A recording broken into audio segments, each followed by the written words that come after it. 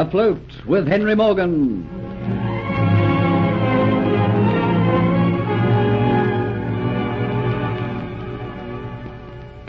Just when Delores believes that her plans are bound to succeed, fate in the form of Colonel Atterbury strikes at her. From what he tells of the real Antoinette de Lacy, Morgan and Sir Thomas believe her to be an impostor.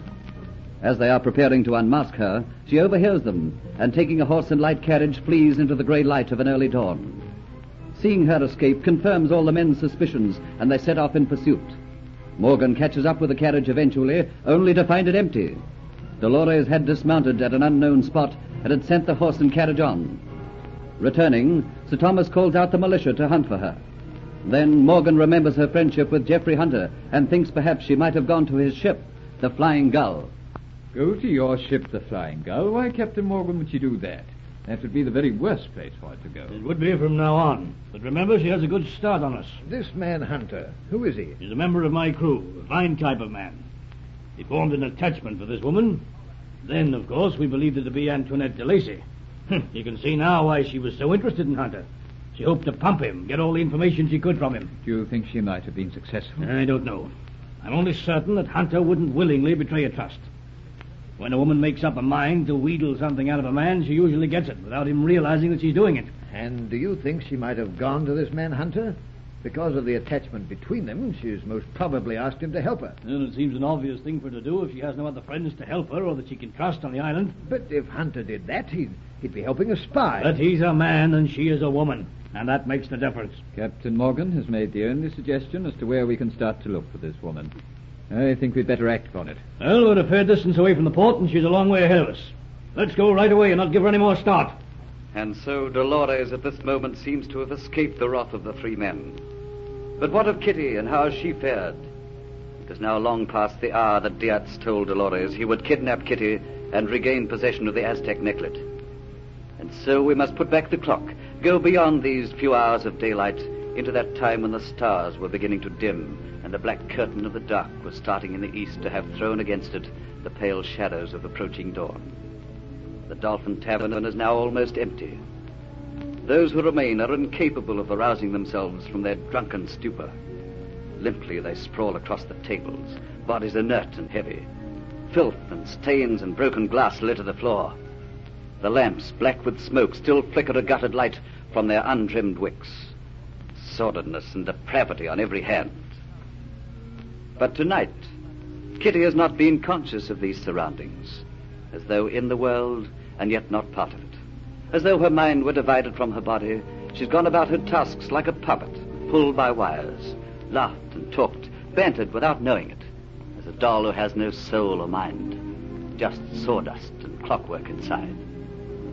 She had gone to her quarters and removed the necklet, as bidden by Diatz, and then returned to her duties. Greedy and curious were the eyes that followed her, yet no one dared to touch upon the subject of the necklet. These men had been schooled in life's hardest way, where a word spoken out of turn could meet a knife between the ribs.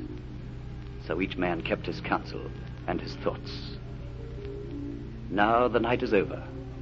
Though indescribably fatigued, Kitty begins to feel the numbness leave her mind. The power for thought and realization is returning. Horror once again clutches at her heart. Horror and fear. What did that woman mean? And who is she? But that wonderment is only a small portion of the mind. It is the horror of that which he has done to Geoffrey Hunter which floods all else out and brings that ache of despair and remorse. She knows to where he is going. His death, torturous and slow. Men never come back alive from the swamps. And she alone has sent him there because she loves him. Love? What kind of love is that? Mean, jealous, hateful love, the love of a base, degraded woman. What have I done? What have I done, and why? Oh, he was right. How could a treacherous creature like me ever win his love? But what is done is done. A spoken word cannot be recalled, nor a sped arrow, nor a jealous action. With a quick shake of her head as though to ward off these despairing thoughts, Kitty with effort takes herself to her humble quarters. Everything is quiet. Very quiet. But what was that Geoffrey said as they took him away? Quickly her mind seizes on that half thought, drags it forth into her consciousness until it is clear like a beacon on a rocky shore. He said, if I could If I could find room in my heart for regret, get a message to Captain Morgan. Like a shaft of sunlight breaking through a thundercloud, hope for a chance of redemption is born in her heart. Weariness drops from her. Her mind is clear. Captain Morgan must know what is happening. If necessary, he will raise the jail to set him free. And the necklet. Of course, the necklet.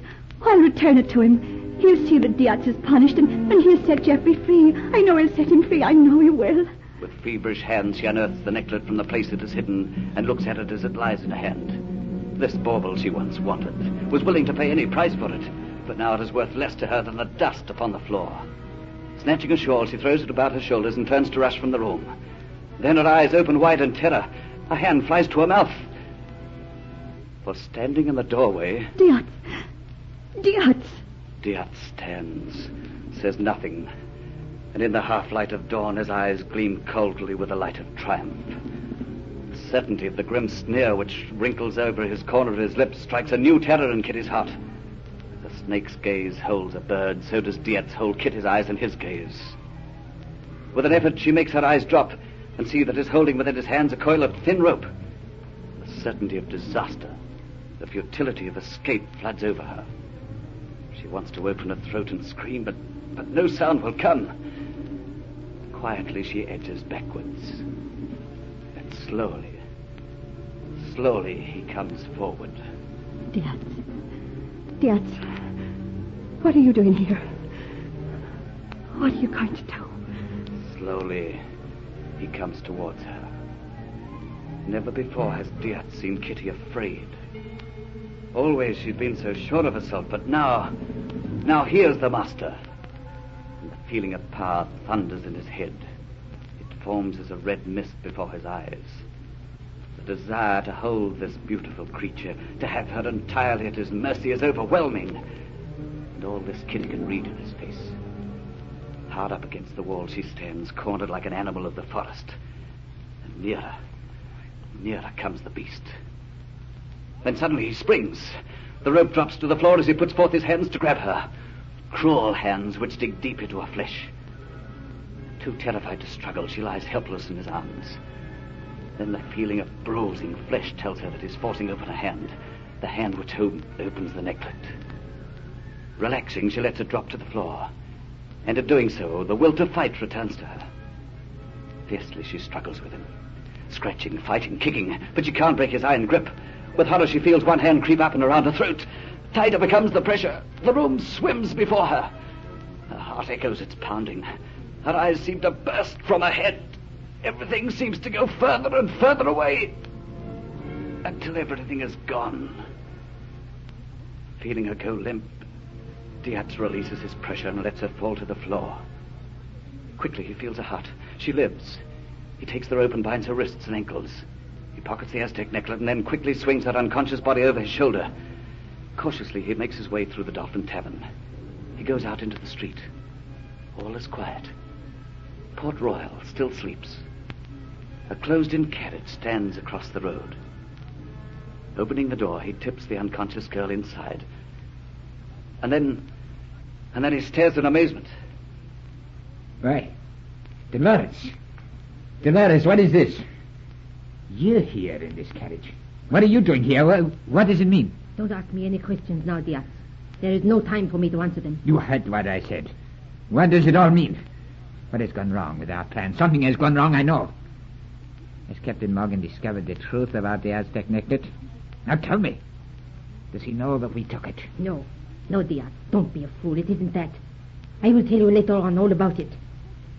You have the woman Kitty. Good. And you have the Aztec necklace back? Yes, I have it here, Delores. I told you had nothing to worry about. Now, will you not tell me just what you're doing here in this carriage? Why you're not back at Sir Thomas Moffat's house where you should be?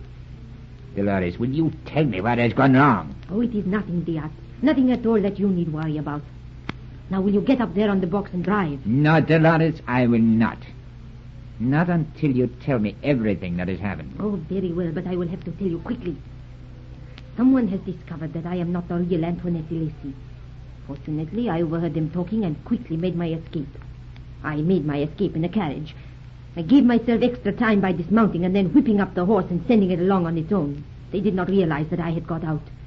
They will waste a lot of precious time when they all go chasing an empty carriage. And then I thought, what shall I do? Suddenly it came to me. I remembered that you, Diatz, had work to do here at the Dolphin Tavern at dawn. So I thought best to come here to you. Oh, what can we do? What can we do now? That means that the whole island will be out searching for you, Delores. Oh, what can we do? I must think. You'll never be able to escape them. Oh, yes, Diatz, I will. I am full of resources. There are several days that we have to put in before the ship calls for me from Cuba to take me off this island. Those days, Diatz, will be spent in hiding with this woman and this friend of yours, this Kitty. And now, Diatz, you are going to drive me to your hiding place.